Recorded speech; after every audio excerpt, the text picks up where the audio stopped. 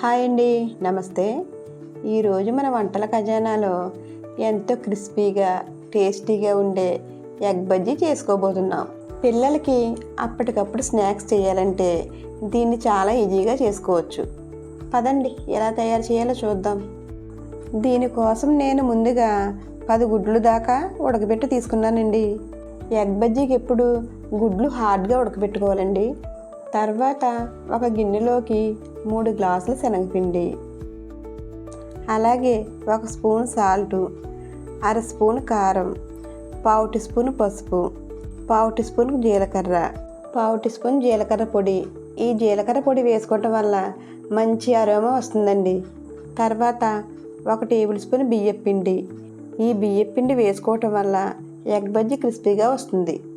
చివరిలో 1/2 tea spoon వంట soda వేసుకుని కొంచెం నీళ్లు పోసుకుంటూ మరీ గట్టిగాను మరీ పలచగాను కాకుండా జారుడుగా కలుపుకోవాలి.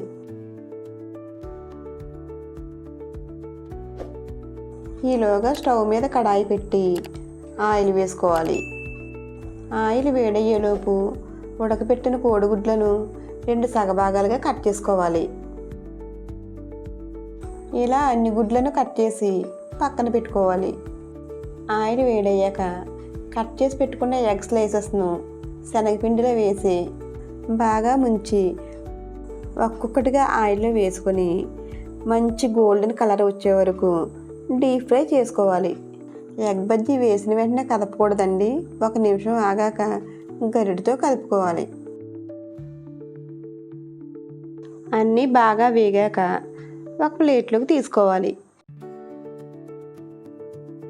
ఇదే ప్రాసెస్లో అన్నీ వేసుకుని డీప్ ఫ్రై చేసుకోవాలి.